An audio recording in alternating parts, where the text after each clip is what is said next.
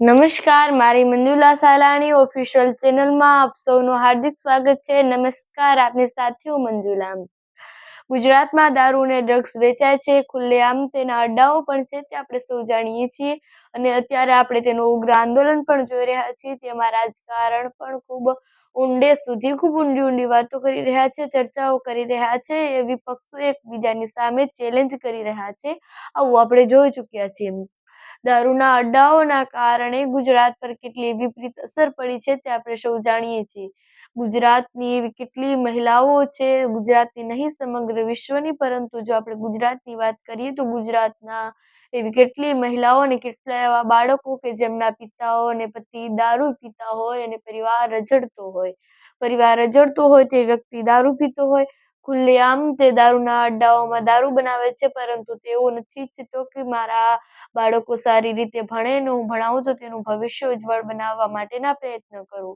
આ દારૂએ આપણા ગુજરાતમાં ભયંકર તંગી લાવી દીધી છે ને તેના કારણે ગુજરાતમાં ખૂબ નુકસાન થયું છે.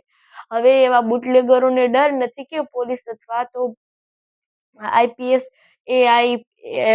આઈપીએસ આવા બધા આવશે તો આપણને પકડી જશે તો આપણને જેલમાં પૂરી દેશે. આવો ડર નથી રહ્યો, કારણ કે અત્યારે આપણે જોઈએ તો પોલીસો ક્યાં કયા સ્થાને ઊભી છે ને પોલીસોને ખબર છે કે દારૂ વેચાય છે, છતાં પણ પકડવામાં નથી આવતા. તેના કારણે બુટલેગરોને આજે તેમને બળ મળ્યું છે, પ્રોત્સાહન મળ્યું છે, પરંતુ જે જિગ્નેશ મેવાણી કહ્યું છે કે પટ્ટા ઉતારવા પડશે તે વાત પણ અત્યારે ચર્ચામાં ચાલી રહી છે. તે કારણે પોલીસો કાર્યરત થયા છે અને પોલીસો જે સારું કાર્ય કરે છે તેના માટે જિગ્નેશ મેવાણી હંમેશા તેમણે કહ્યું કે જે સારું કામ કરે છે તેને સલામ છે, પરંતુ જે સારા કાર્ય નથી કરતા, જે આવા બુટલેગરોને સાથ આપે છે, તેના માટેની હું વાત કરી રહ્યો છું.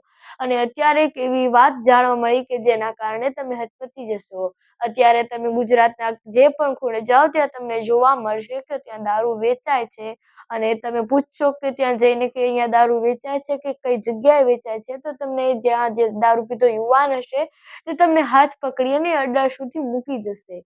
એ અડ્ડા તમને બતાવશે ને ત્યાં દેશી દારૂ અને ઇંગ્લિશ દારૂ મળે છે અને તેવું બધી જ દારૂની સમગ્ર જાણકારી તે વ્યક્તિ તમને આપી દેશે.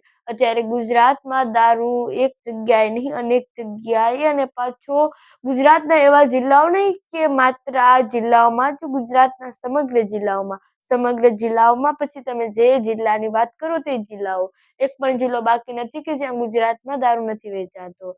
તો આજે ગૂગલ મેપમાં એક એવી વાત જાણવા મળી, મેં એક વિડીયો જોયો હતો એટલે તમારા સુધી શેર કરવાનું બન્યું.